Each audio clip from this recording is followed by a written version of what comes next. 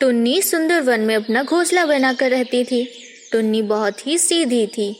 उसके सीधेपन का सभी पक्षी फायदा उठाया करते थे और पीठ पीछे उसे बेवकूफ, बुद्धू और नासमझ कहा करते थे। एक दिन कालू कौवा उसके घर आया। टुन्नी, तुम बहुत ही सीधी और दयालु चिड़िया हो, वरना जंगल में कोई पंछी ऐसा नहीं है जिससे कि किसी से मदद की उम्मीद की जा सके। क्या बात है, तुम्हें क्या मदद चाहिए? दरअसल मेरी घर की हालत बहुत खराब है। मेरे घर की छत बरसात में टपकती रहती है। क्या मैं बरसात के मौसम में तुम्हारे घर में रह सकता हूँ? हाँ हाँ, क्यों नहीं। तुम बरसात में मेरे घर रुक जाओ, फिर बरसात बीत जाने के बाद हम दोनों मिलकर तुम्हारे घर की मरम्मत कर लेंगे। ठीक है टुन्नी, अभी जाकर अपना सामान ले आता हूँ। कालू उसी दिन टुन्नी के घर में रहने आ गया। कालू बहुत ही आलसी कौवा था। वो कोई काम नहीं करना चाहता था, वो बस खाता और सोता है। टुन्नी ने सोचा, चलो कुछ दिन के मेहमान से क्या काम करवाना, वो खुद ही उसका सारा काम कर लिया करती थी। एक दिन टुन्नी दाना लाने दूसरे जंगल गई हुई थी। उसे किसी की आवाज सुनाई देती है। कोई है, मेरी मदद करो, मैं इस शिकारी के जाल में फंस गई हूँ, मुझे यहाँ से बाहर निकालो। जिधर से आवाज आ रही थी टुन्नी उधर गई तो देखती है कि एक नागिन शिकारी के जाल में फंसी हुई थी और जाल से निकलने की कोशिश कर रही थी।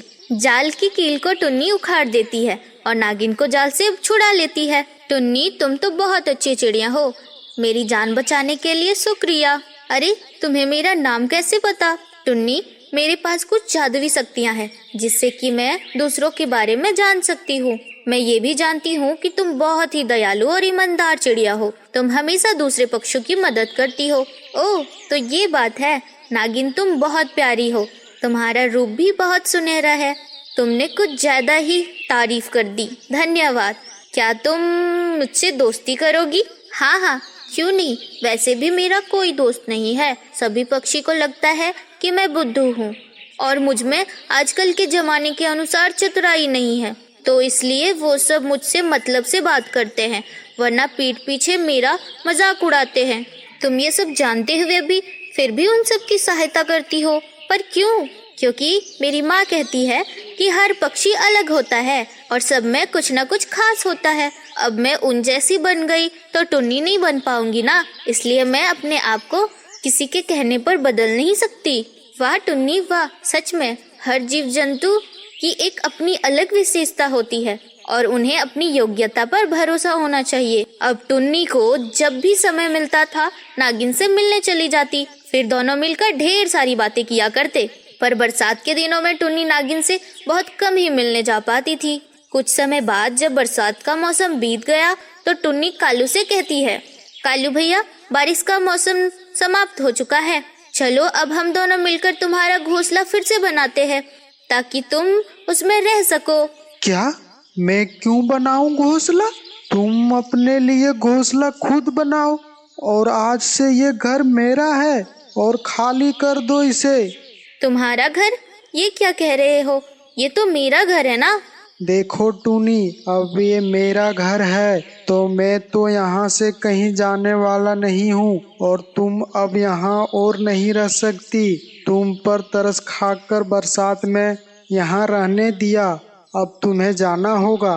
कालू कौवा टुन्नी को धक्के मार के घर से बाहर कर देता है। कई पक्षी शोर सुनकर अपने घर से बाहर निकल आए। अरे कालू, क्या कर रहे हो? टुनी उसके ही घर से धक्के मारकर क्यों निकाल रहे हो? क्या बताऊं भैया, इसने अपना घर मुझे बेच दिया है और कहा कि बरसात के बाद ये घर खाली कर दूंगी, पर अब जाने का नाम ही नहीं ले रही है। नहीं, ये झूठ बोल रहा है। बरसात से बचने के लिए ये मेरे घर आया था। झूठ क्यों बोल रही हो? मैंने अपना पुराना घर सुंदरी कौवे को बेचकर तुम्हें पैसे दिए थे। हाँ हाँ, मैंने कालू से उसके घर को बरसात में ही खरीद लिया था। टुनी, तुमसे ऐसी उम्मीद नहीं थी। जब तुमने घर के पैसे ले लिए हैं तो तुम्हें घर खाली कर देना चाहिए। बेचारी रोती हुई नागिन के पास गई। उसके रोने की आवाज सुनकर नागिन बाहर आई। क्या हुआ, तुम रो क्यों रही हो?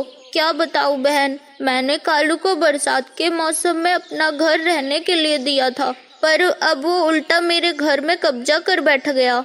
हमेशा मेरे साथ ही ऐसा क्यों होता है?